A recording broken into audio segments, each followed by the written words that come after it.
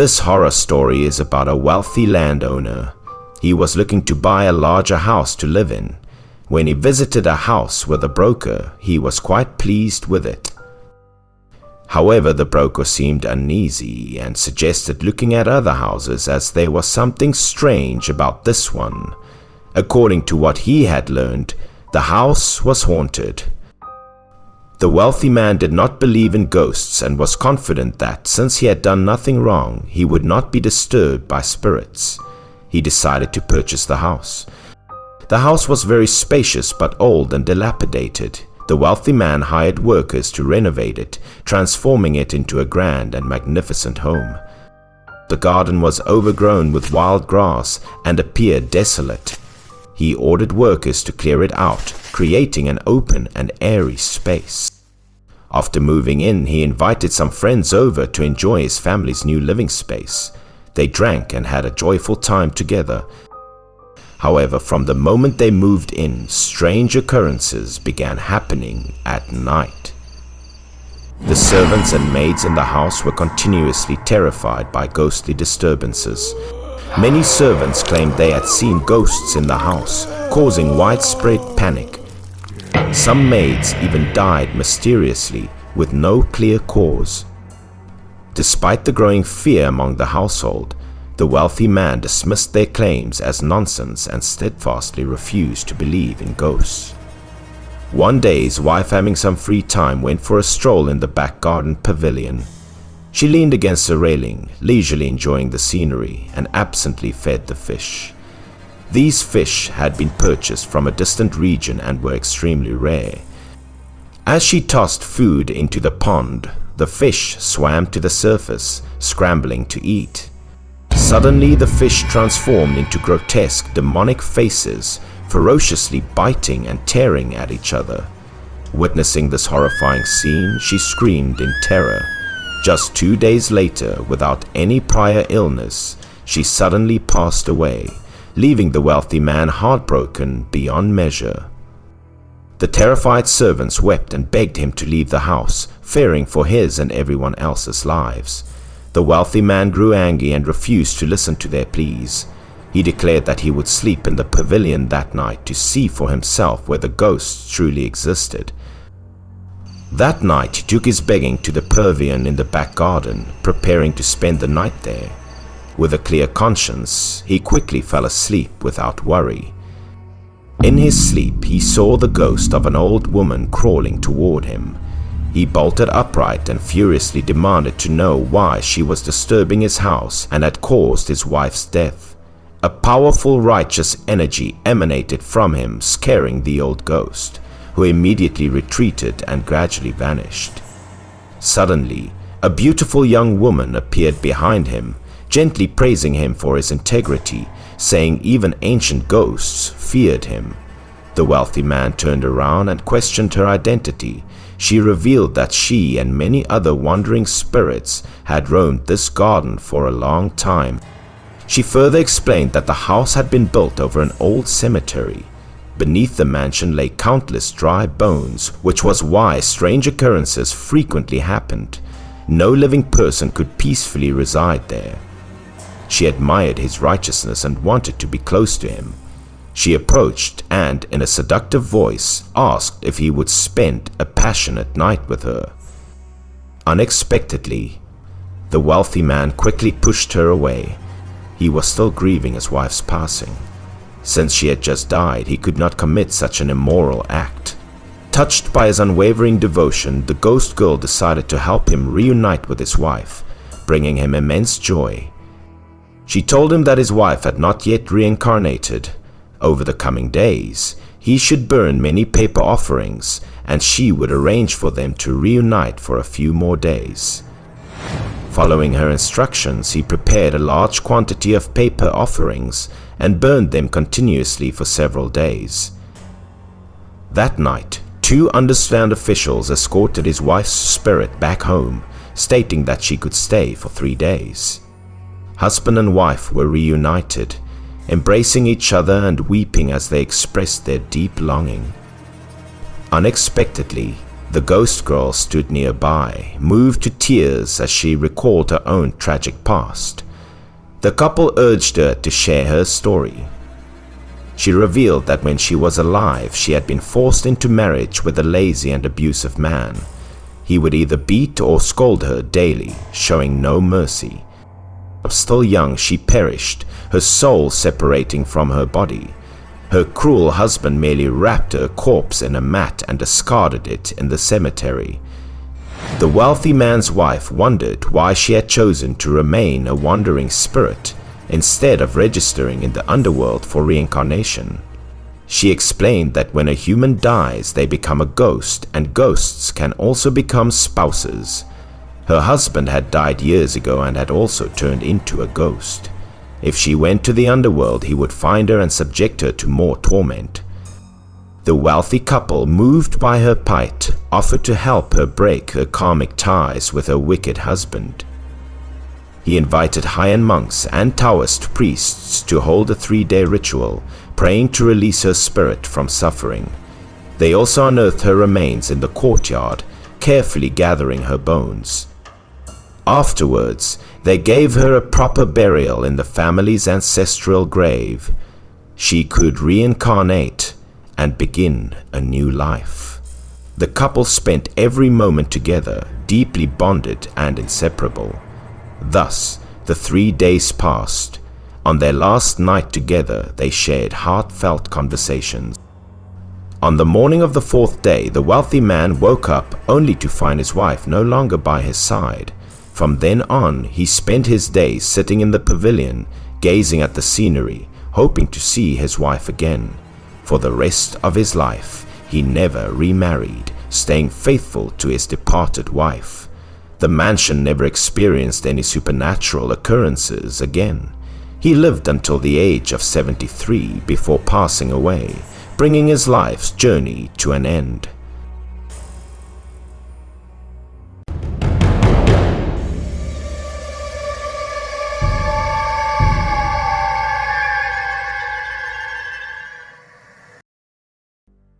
This horror story takes place in a family with 2 brothers. Although they were blood relatives, they divided their inheritance and had lived separately for many years. The elder brother was skilled in business and had a prosperous household. Even in years of poor harvest and famine, his family never had to worry about food and clothing. However, just across a single wall, the younger brother's family had fallen into extreme destitution, struggling to survive. There was not a single grain of rice left in the house. The younger brother's wife urged him to go to his elder brother's house to borrow some food. He frowned and coldly told his wife that if his brother had wanted to help, he would have done so long ago. Even the last bits of husk and bran in the house had run out. The wife, teary-eyed, pleaded, saying that they were both born of the same mother. Surely the elder brother wouldn't be so heartless as to let them starve without a second thought. Besides, it wasn't just them. What about their child? The younger brother still refused to go. Left with no other choice, his wife told their son to seek help from his uncle. The boy gritted his teeth, gathered his courage, and knocked on his uncle's door. Just as his father had predicted, his aunt not only refused to help, but also scolded him harshly, saying that their households had been separated. Given the famine, they themselves had no surplus food to spare. Crestfallen, the boy returned home in disappointment. With no other options left, the younger brother had to sell or pawn whatever he could find in the house, in exchange for a little rice to barely get by. One night, a group of robbers refugees driven to crime conspired to break into the elder brother's house and loot it. One of them climbed over the wall into the courtyard and opened the gate for his accomplices. They kicked down the door. The elder brother and his wife screamed for help in panic. However, the neighbors all pretended not to hear. Over the years, the couple had offended too many people, so no one was willing to intervene. The younger brother heard the cries for help and, realizing his brother's house was being robbed, immediately got up to go help. His wife tried to dissuade him, reminding him of how heartless his brother and sister-in-law had been. The sister-in-law had once said that each person's fate was their own, and that no one was responsible for anyone else. But the younger brother couldn't turn a blind eye to his brother's plight. He told his wife that although his brother had been heartless, he himself could not be ungrateful. In the end, he called for his son and rushed out to help. The robbers had tied up the elder brother and his wife, demanding they reveal where they hid their money. However, out of sheer greed, they refused to talk, even with their lives at stake. The robbers tortured them cruelly, burning the soles of their feet with fire. Despite the excruciating pain, the couple clenched their teeth and said nothing. Just then, the younger brother and his son arrived, wielding sticks to fight off the robbers. Without hesitation, they charged into the fray. The robbers, who were just desperate people pushed to crime, panicked and fled when faced with such fierce resistance. The elder brother, moved to tears, thanked his younger brother for saving his life. Without him, he and his wife would surely have died that night. But the sister-in-law felt no gratitude at all. She bitterly blamed her husband for not securing the house properly, which had allowed the robbers to break in. To avoid feeling indebted to his younger brother, the elder brother begrudgingly gave him only a small handful of rice. The younger brother's wife looked at the meager amount and shook her head. It was meant as repayment, yet it wasn't even enough to make a thin porridge. Desperate, the younger brother considered selling his house to his elder brother, hoping that his brother would see his dire situation and offer some real help. When the younger brother approached him, the elder brother exchanged a few polite words but remained stingy. He claimed that due to the bad harvest, he could only spare a little rice. However, when the younger brother mentioned selling the house, the sister-in-law unexpectedly agreed to buy it, but at a dirt cheap price. Forced into a corner, the younger brother had no choice but to accept the meager sum. Left with no other options, he moved to a dilapidated house in a neighboring village. Once the younger brother was gone, the robbers targeted the elder brother's house again. They returned, tied up the elder brother and his wife, and tortured them, trying to force them to reveal where they hid their money. This time, the robbers didn't just steal money, they also destroyed the food supplies. They tore open all the rice sacks, allowing the starving villagers to rush in and take everything. When the younger brother heard what had happened, he and his son hurried over to help, but they were too late. The robbers had already fled, leaving no one to chase after. The house was in ruins. The elder brother lay on his bed, traumatized and on the verge of death. Before he passed away, he called out weakly to his younger brother in regret, then took his final breath. He died, leaving his wife and child abandoned.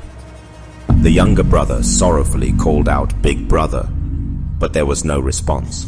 Their wealth was gone, their food had been looted, and the house was left with only the widow and her child, who had no way to survive. Although poor himself, the younger brother did his best to help. Even if it meant going hungry, he made sure the sister-in-law and her child had something to eat. The child often came to his uncle's house to beg for food. The younger brother's wife, though reluctant, couldn't bring herself to turn the child away. That year, another disaster struck. With no other choice, the sister-in-law sold her last house and took her child away to wander as beggars. It seemed like everything had come to an end until one quiet night. As the younger brother slept, he suddenly heard his elder brother calling his name in the darkness. Startled, he woke up to see his brother standing beside his bed. The elder brother, filled with remorse, apologized and admitted his wrongdoings. He begged his younger brother to help his wife and child, who were now reduced to begging on the streets. Then he revealed that he had hidden silver in the backyard of their old house. he urged his younger brother to rent the house, dig up the treasure, and use it as his own. He also asked him to take care of his family. The younger brother promised to help. With that, the elder brother's spirit vanished. The next morning, the younger brother did as instructed. He returned to his elder brother's old house and rented it at a high price from the new owner. Digging in the backyard as his brother had directed, he indeed found a large amount of silver. Using the newfound wealth, he started a business, which flourished over time, making him a wealthy man. Staying true to his word, he raised his elder brother's son as his own, ensuring he received a good education and teaching him the ways of business. When the boy grew up, the younger brother even helped him find a wife and gave him half of his fortune. The younger brother lived past 80 and passed away peacefully, remembered by all as a man who was rewarded for his kindness.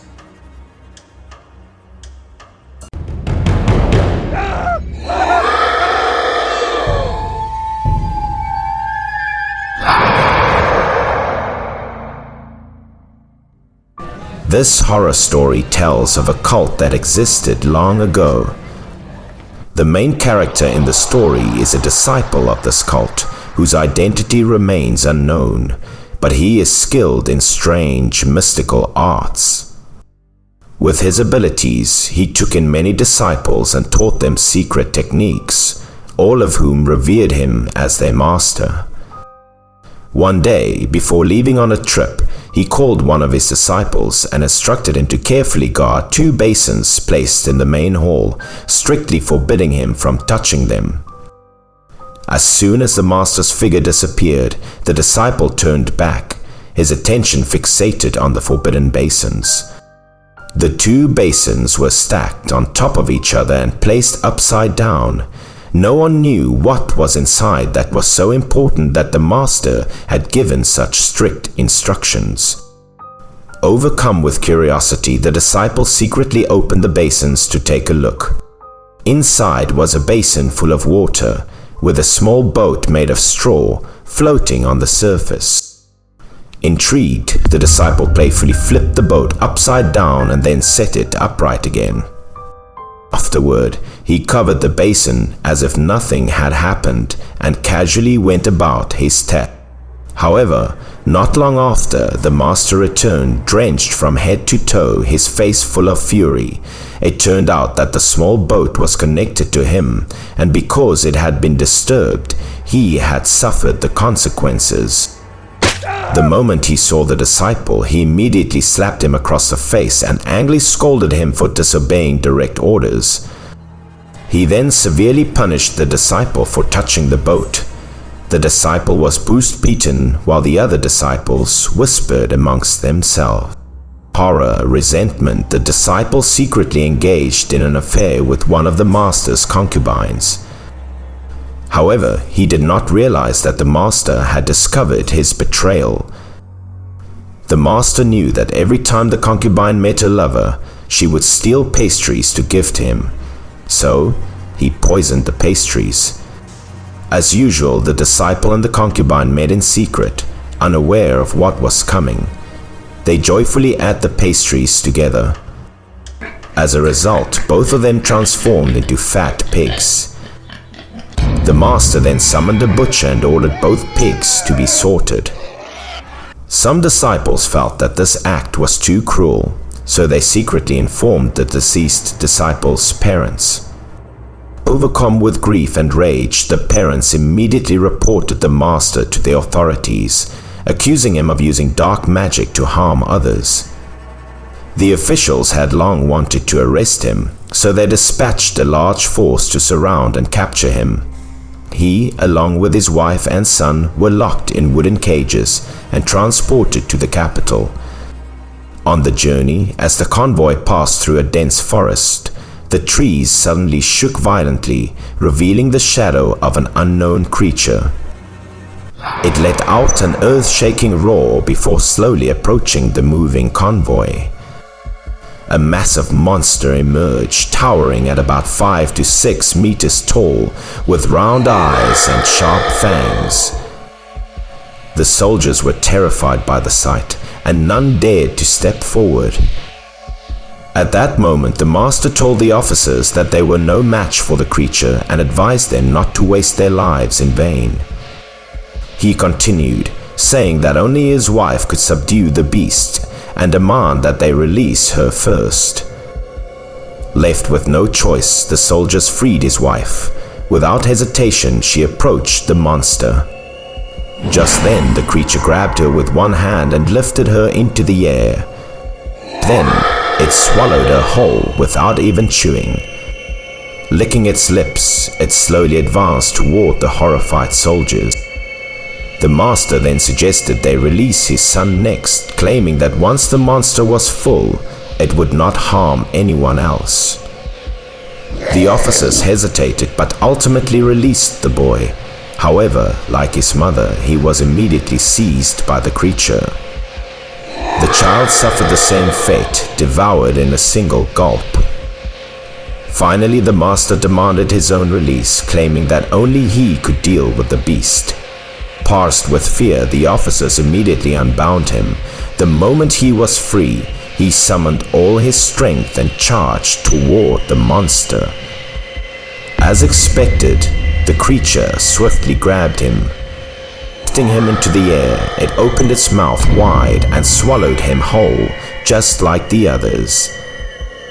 Once it had eaten its fill, the monster turned and vanished into the forest without a trace. The terrified officers collapsed to the ground before returning to report the incident. The authorities confirmed that the entire cultist's family had perished, so no further action was taken. However, years later, someone spotted him at a market. His entire family seemed to have merely faked their deaths. Whether the monster was his pet or just an illusion remains a mystery to this day.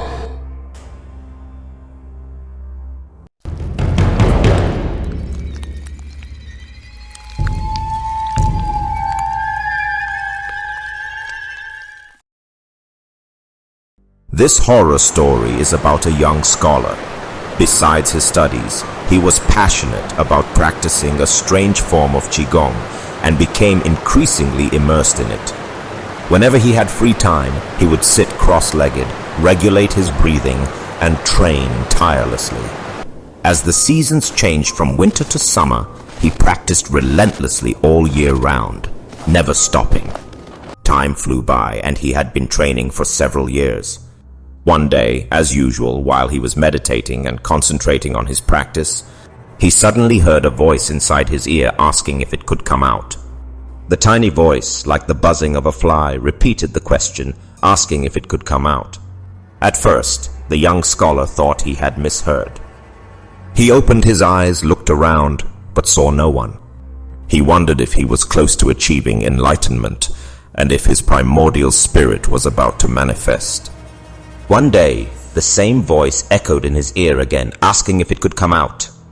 This time, the scholar thought he should respond to see what it was. He told it to go ahead and come out.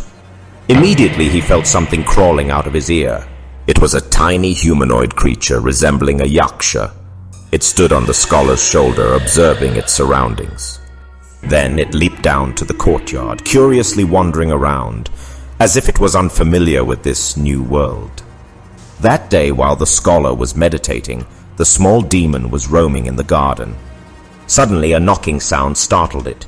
The little demon panicked, running around frantically to find a place to hide. Finally, spotting a small crack in the corner of the wall, it squeezed into it to conceal itself. At that very moment, the scholar felt his head spin, grew dizzy, and collapsed on the spot. He fell to the ground. His family, alarmed, hurriedly carried him to his room. It took a long time before they could wake him up. As he slowly opened his eyes, he saw his mother crying. She must have been terrified. But suddenly he started laughing in an eerie, senseless manner. From that day on, he was no longer normal. During meals, he didn't know how to use chopsticks. He stopped reading books and instead tore up pages mindlessly, behaving foolishly and erratically. Worried, his family invited a famous doctor from the area to examine him. However, after a thorough checkup, the doctor shook his head, unable to determine the cause of his condition. With no other options, the scholar's elderly father personally climbed a mountain in search of a reclusive Taoist master. Upon meeting the Taoist, the old man recounted the entire situation, his grief bringing him to tears as he pleaded for help. After listening, the Taoist master said the scholar had likely lost his primordial spirit, but he believed he could help recover it. The Taoist master accompanied the father back home. He ordered a bed to be placed in the middle of the courtyard and instructed the scholar to lie on it. Then he went inside the house, gathering a wooden sword, a bell, several talismans, a writing brush, and blank paper to set up a ritual altar. Holding the wooden sword, he formed hand seals and began chanting incantations. At the same time, he scattered yellow talismans everywhere, performing the summoning ritual. Finally, the Taoist took the bronze bell, shaking it vigorously from left to right while murmuring incantations. The sound of the bell resonated through the courtyard, reaching the scholar lying on the bed. Then, the Taoist shouted a command. Before long, a faint noise came from within the wall crack. It was the little demon that had hidden there earlier. Slowly, it emerged from the crevice. Seeing no one around, the little demon approached the scholar and leaped onto the bed. It quickly crawled back into the scholar's ear. When the scholar woke up again, he was completely restored, no longer foolish or insane. Afterward, he took the Taoist as his master, earnestly studying proper spiritual practices. From then on, he never heard the voice in his ear again.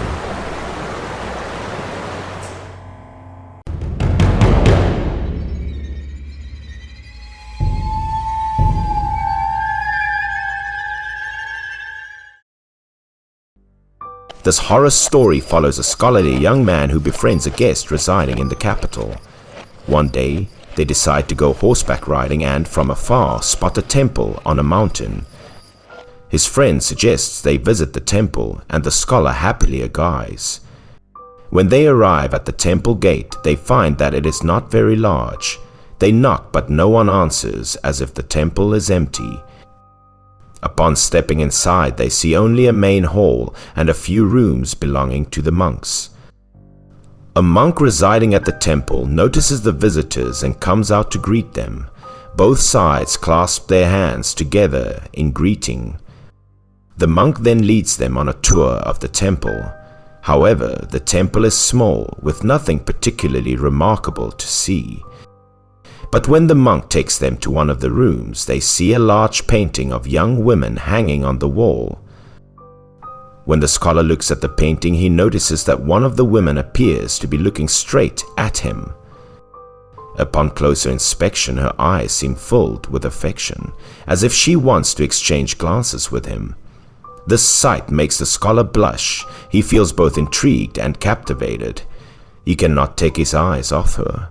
As he is lost in her gaze, he suddenly feels his body becoming weightless, as if he is floating. It feels like he is riding the wind and drifting through the clouds, surrounded by misty formations. In just a moment, he senses his feet touching the ground again. When he looks up, the scenery around him has completely changed. He is no longer in the temple, but standing in a place that looks like a celestial paradise. The landscape before him is the world inside the painting. Suddenly, he hears the distant sound of chanting and follows it. He discovers an elderly monk sitting and preaching Buddhist teachings. While observing the lively surroundings, a soft voice suddenly whispers beside his ear.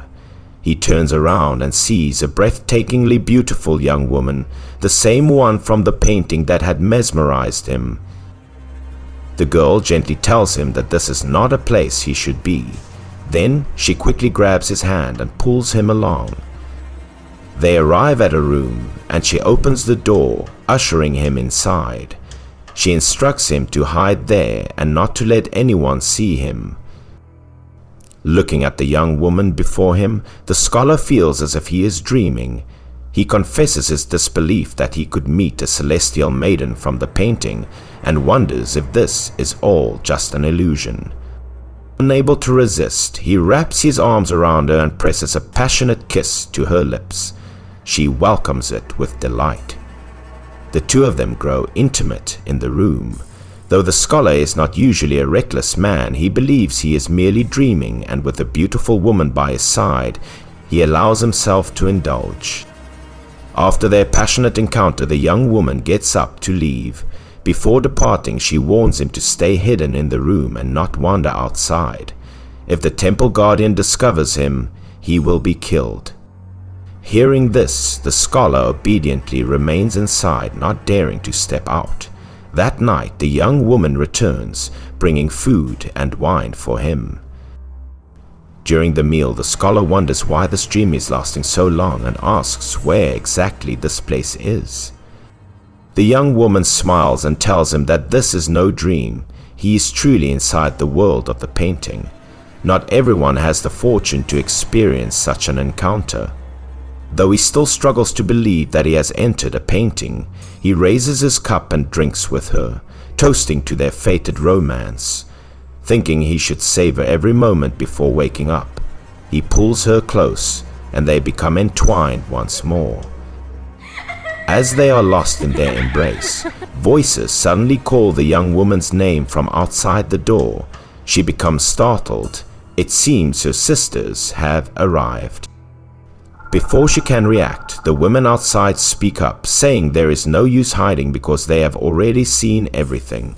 The young woman hurriedly looks for a place to hide the scholar, but before she can, the others push open the door and enter.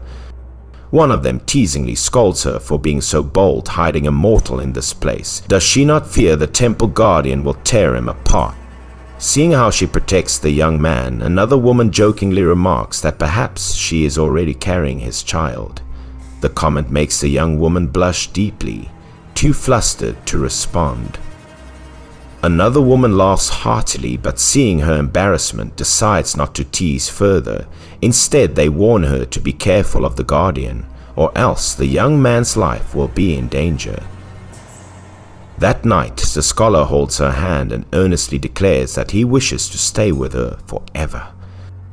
The next morning, just as the young woman is about to leave, the sound of clashing metal suddenly echoes from outside the door. She turns pale with fear.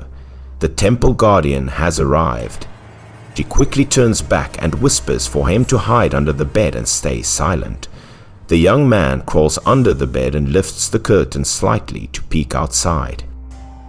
He sees the young woman rush to a wall, open a secret door, and vanish through it. Just as she disappears, the main door is violently kicked open with a loud bang.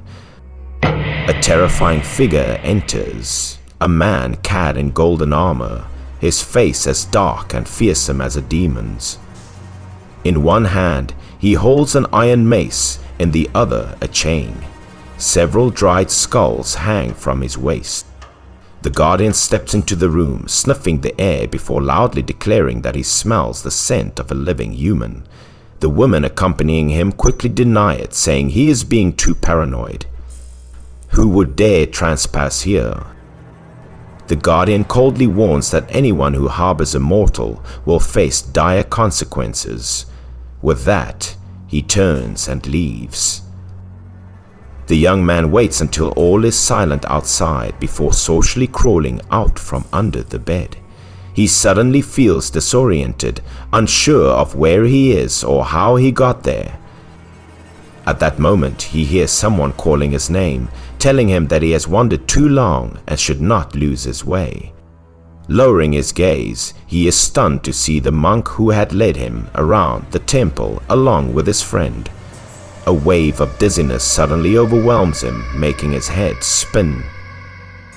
When he regains consciousness, his friend is shaking his arm with a worried expression, asking if he is all right. He quickly looks up at the painting on the wall. Everything appears the same, because for one detail, The young woman in the painting, who had been picking flowers with her hair down before, now has her hair neatly tied up. At that moment, he can no longer distinguish whether he had truly stepped into the painting or if it had all been a dream. He asks the monk, but the monk offers no explanation, leaving him with unanswered questions. The two of them bear farewell to the monk and ascend the mountain. On the way, the young man recounts everything he experienced and asks his friend what had happened while he was lost. His friend tells him that he never left the temple. He had simply stood there staring at the painting for a long time, unresponsive to any calls. Years later, the scholar is still unable to forget the young woman in the painting. In the end, he marries a woman who looks exactly like her.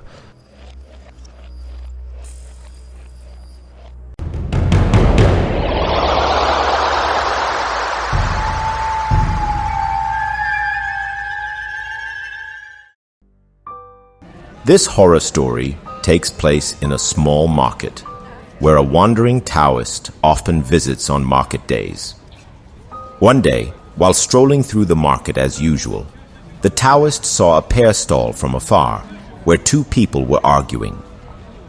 An old beggar woman, holding the hand of her small grandson, pleaded with the pear vendor to give her a pear because her grandson desperately wanted to eat one.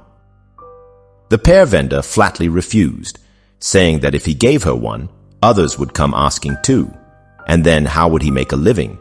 With that, he shooed the old woman away. Helpless, the old woman bent down, trying to soothe the child with a small cake she held, hoping he would eat it instead of the pear. But the child refused and burst into tears, insisting on having a pear. A passerby, witnessing the scene, spoke up, suggesting that the vendor pick out a slightly less fresh pear for the child. What harm could it do? The pear vendor, irritated, retorted that he had a mother, wife, and children to support. If he gave pears away to everyone, how could he make money? If anyone wanted to help, they should buy one and give it away themselves. Saying this, he did not hesitate to drive the old woman and the child away. The two of them trudged off sorrowfully. Some onlookers thought the vendor was too harsh, but others reasoned that he had his own difficulties. However, someone who knew him whispered that he was not a filial son at all. He spent his days frequenting brothels and even mixed rotten pears with fresh ones to sell. This remark happened to reach the Taoist's ears. At this moment, the Taoist approached and asked the vendor for a pear, saying he had traveled a long way and was thirsty. The vendor, annoyed, dismissed him outright. He had just managed to get rid of that beggar woman, and now he had to deal with a shabby Taoist. The Taoist chuckled and advised the vendor that a businessman should prioritize kindness. His attitude would bring him nothing but ruin. The vendor sneered, deliberately picking a pear from his basket and eating it heartily in front of the Taoist to provoke him. He chewed vigorously and spat the seeds onto the ground. The Taoist bent down, picked up the pear seeds, and said that since the vendor refused to share, he would have to work for his own food. He then went to a hardware store and borrowed a small hoe. Next, he dug a small hole in the ground and planted the pear seeds inside. Then, he asked a nearby tea stall owner for some water, but he specifically requested boiling water from the tea urn. The tea stall owner and the other customers were puzzled but complied. Once the water was boiled, the owner brought it to the Taoist. The Taoist smiled, saying that now he had everything he needed. By this time, a curious crowd had gathered to see what he was up to. He poured the boiling water over the spot where he had planted the pear seeds. The onlookers murmured in amusement, thinking he was ridiculous. How could a pear tree grow from seeds watered with boiling water? But in the very next moment, everyone was left wide-eyed and gaping in shock. From the exact spot where the Taoist had planted the seeds, a tiny sprout began to emerge from the earth. It grew rapidly before their very eyes, soon becoming a young sapling and then maturing into a full-grown pear tree. The pear vendor, seeing the growing commotion, felt compelled to push through the crowd and see what was happening. He left his baskets of pears behind and moved toward the gathering. The sight before him made him break into a cold sweat. The Taoist stood before a towering pear tree, laden with ripe, juicy pears. He invited the crowd to pick as many as they wanted. The townspeople rushed forward, eagerly plucking the luscious pears. Each person managed to take 3 or 4. They devoured the fruit right on the spot, marveling at its sweetness and silently thanking the generous Taoist. In no time, the tree was stripped bare and the ground was littered with discarded pear seeds. The Taoist then announced that since everyone had eaten, it was time for him to cut the tree down. He borrowed an axe, and before long, the once magnificent tree was reduced to a pile of logs. Tying the logs together, he hoisted the bundle onto his back and walked away, leaving the stunned crowd behind. The pear vendor was livid. Seeing that people had eaten their fill of pears, they were no longer interested in buying any from him. He cursed the Taoist for ruining his business. But when he turned back to his cart, he was horrified. The baskets that had been full of pears just moments ago were now completely empty, with only overturned, broken crates remaining. Only then did he realize that the pears everyone had eaten were his own. Enraged, he grabbed a butcher's knife and ran after the Taoist. But when he reached the street corner, all he found were the chopped logs lying on the ground. The Taoist had vanished without a trace. No one knew where he had gone, or even who he really was. The pear vendor stood dumbfounded while the townspeople laughed, saying that dishonest merchants would eventually lose everything.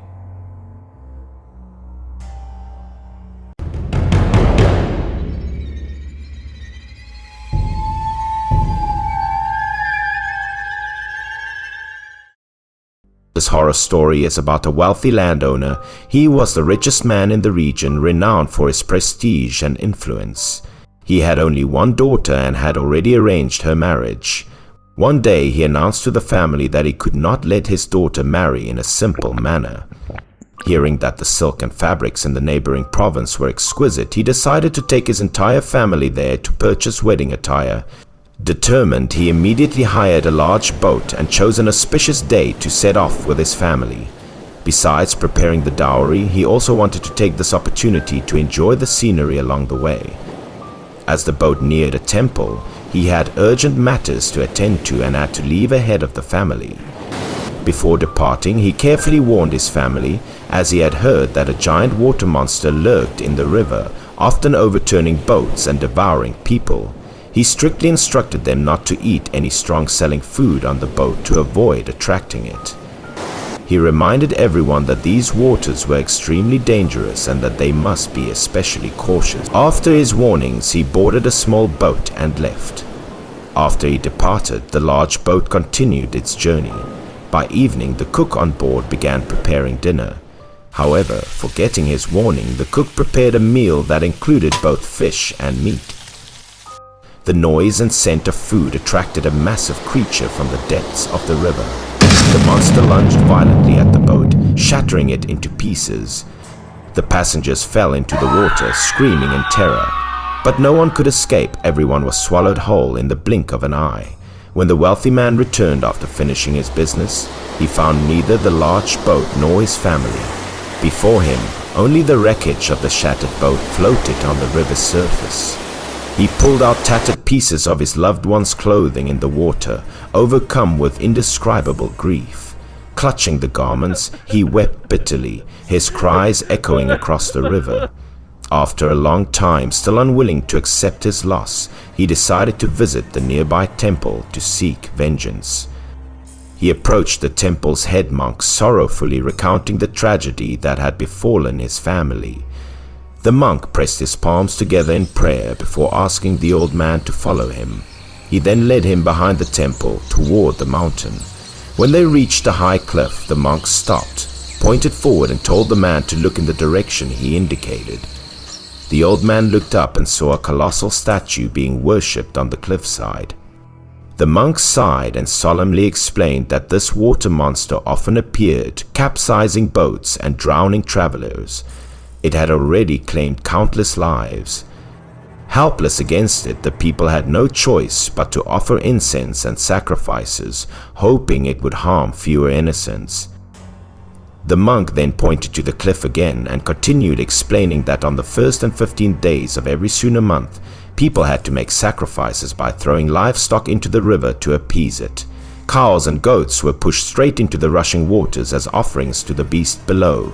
Each time an offering was made, the water monster would emerge and devour everything.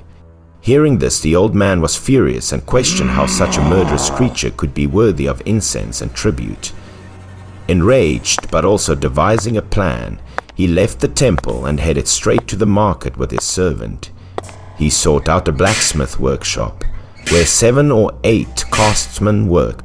He then had a forge built on the cliffside and stoked a roaring fire.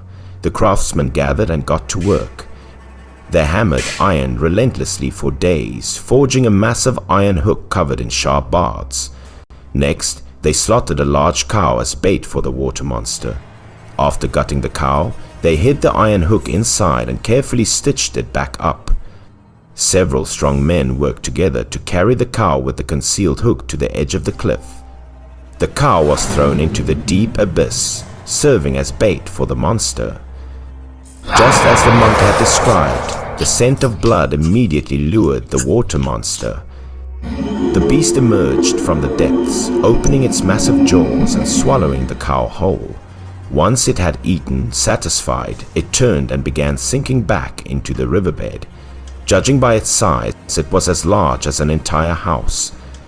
From the cliffside, the old man shouted in fury, demanding retribution for his family, waiting for the iron hook to take effect. Before long, the river's surface churned violently. A colossal figure thrashed about, creating massive waves. It was the very monster that had slaughtered so many. The iron hook had pierced through its insides, causing it unbearable pain. The creature struggled for over an hour, sending blood-stained waves crashing against the riverbanks. At last, the waters began to settle. The gigantic corpse of the beast gradually surfaced. The old man looked up at the sky and wept bitterly. His family's souls could finally rest in peace. His deep hatred had been avenged. From then on, merchants and fishermen traveling along the river, grateful for his deal, built a shrine in his honor. He was venerated as the river god, protecting the waters and ensuring peace for all who crossed them.